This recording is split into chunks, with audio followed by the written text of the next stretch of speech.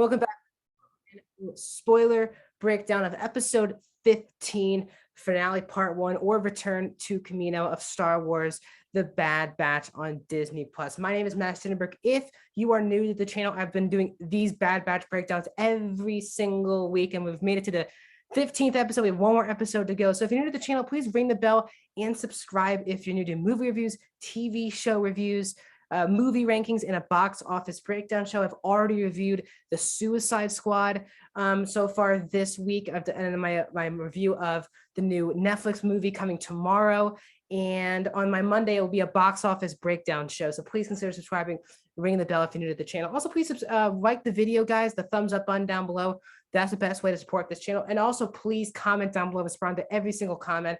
Please comment down below your thoughts on this episode, spoiler-wise. And let's talk about this episode. So for me, I don't do the usual breakdown, go scene by scene. For me, I struggle with that. I love to bounce around. So I'm just gonna give you my general spoiler thoughts of this episode. I really love this episode from start to finish. There were a couple of times where I questioned why certain character decisions were happening, and then they got answered in a really cool twist way. I was like, this is much better than I thought it would be. So we open up, and it says on Disney Plus, finale part 1, which for me got me really excited because if you know the last season of Clone Wars, it was basically a 4-part finale. So it made it feel already more epic before even clicking on the episode.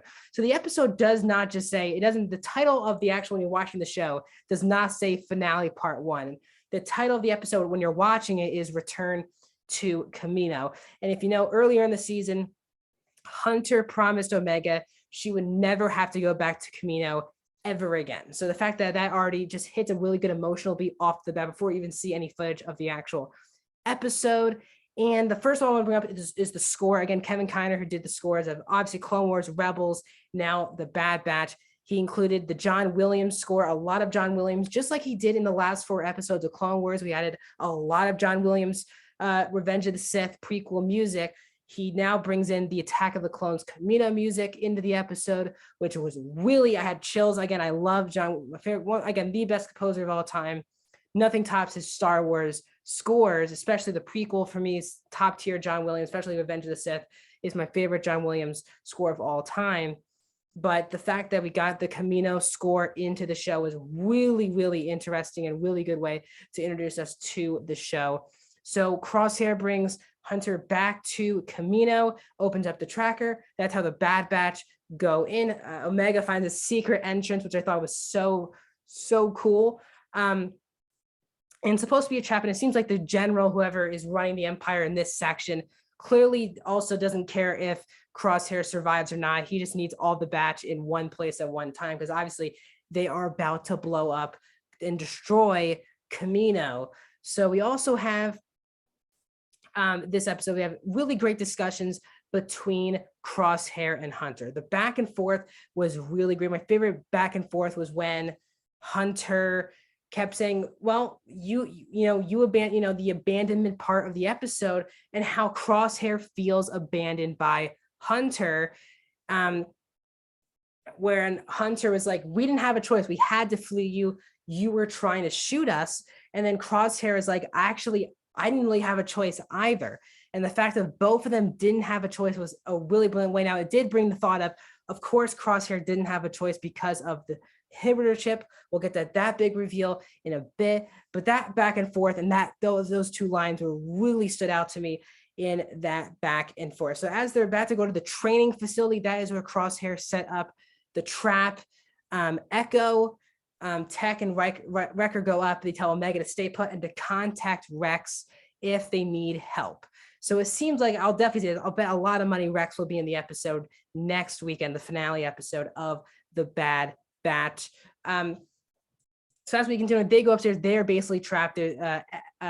Echo sends the thing to Omega, and also Omega does bring up that she did watch the Bad Batch get born, basically, or put together, basically, in this secret facility where Lama Su was working, and only her and Omega really know. So I really wonder, the Omega character is now becoming really unique into the show. First of all, she's a clone, a sister technically to Boba Fett.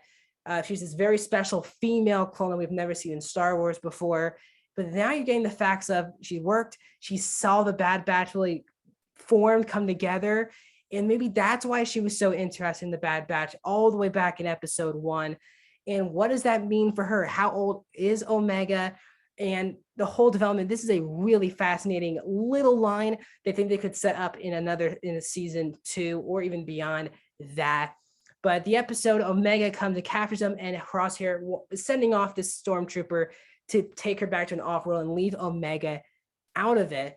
But we get this big breakdown where Crosshair then shoots all of his helpers because he says, stand down. They all said, we're not going to stand down. So Crosshair does this awesome movie, shoots all of them basically at the same time. And it's just the Bad Batch talking to each other as they finish off fighting all these things. And we actually find out, as Crosshair says, join the Empire, give your life purpose. And the fact that that's what Crosshair really wanted was purpose. And the fact that he, with these Bad Batch, are still trying to serve the Republic that is dead, and you have to start serving the Empire. And that's where the big twist. And I was like, this is a little too easy for Crosshair to join up and be a good guy again. It just came out of nowhere and with no explanation. And then the explanation comes that Crosshair has had his inhibitor chip for a very long time now. And the fact that the Bad Batch had been, searching to get the inhibitor chip out, they got it this season. The fact that Crosshair has already had the chip come out just gives him so much more character development, and he makes him just more human. Crosshair wasn't just making decisions because he was a blind, slave to the Empire. Crosshair was making these decisions based on his own personality, his own character. And that's what one of my favorite aspects of the entire really show is that Crosshair, learning this, is that Crosshair is making all these decisions on his own. He's not a blind slave to the Empire. He's doing his things on his own and for a reason. Either you're going to like that reason or you're not going to like that reason. I really enjoyed this. But so Crosshair and Hunter get in this fight. Hunter does not join them. They're about to do this old school Western shootout. And the protection gun, whatever you call it, the taser thing, Hunter shoots Crosshair and they take Crosshair with them. I thought that the idea of not leaving anyone behind has been a crucial theme, not just in Bad Batch, but really in the entire Clone Wars saga, which you can obviously throw this under the Clone Wars show. So the idea of not leaving anyone behind, if that means clones, if that means Jedi, just in this show, obviously stormtroopers, clones, not leaving anyone behind, no matter, we can fix them, this or that. It does seem like Omega could be the key to bring Crosshair back to, the good side. But I do wonder also, as we're wrapping up this review, season 2 was also just announced about a day ago, a day before this episode aired. I am very excited but nervous at the same time for Bad Batch. I really did have the feeling this would be a one-off show for the Bad Batch, but it seems like very similar to Clone Wars, a bunch of episodes, and they're going to keep, it must be doing well on Disney Plus for them to already have a season 2, and I believe it is coming out next year in 2022. So they must have already been working on it in the first place. So the question is now, a lot of people said once they got announced, wow, so all the characters are going to survive. I believe, based on even starting this as a finale part 1, before we wrap it up, Kamino gets absolutely demolished at the end of this episode, which is one of the best Star Wars animated scenes I think we've ever seen. It was actually really emotional. They went through all the empty rooms, all the science rooms, the mess hall. It really felt like you were so connected to Kamino, not just from just Attack of the Clones, but if you've seen Clone Wars, there's so many specific Kamino episodes where some of our favorite clones grew up, trained, and you saw the specifics ins and outs of Kamino for so many years. And the fact that the Empire doesn't really care about Kamino anymore. They're down to stormtroopers, so they destroy the entire complex. And we'll see how the Bad Batch get out of that situation. But as I said, season 2, people are saying, well, all the characters, I think something big is going to happen next. I think a character death, and I do believe it will be Hunter or Crosshair that will get killed next week. Now, a lot of people have been speculating that Hunter would be the one who got killed, and I'm kind of favoring, for some reason, Hunter over Crosshair. It feels now, if it's done well, good for them. I'm very nervous about if Crosshair does a sacrifice type of thing. We've seen a lot of Star Wars characters go from bad to good, but get killed in a sacrifice. I don't think we need that. Hunter dying because of the mentorship, the father figure that he is to Omega, would really rock the show into season 2. Now, I totally get if no one gets killed, because we still have a season 2 where we're most likely to get 16 to 22 episodes, just like Clone Wars. But as a whole, I really did love this episode.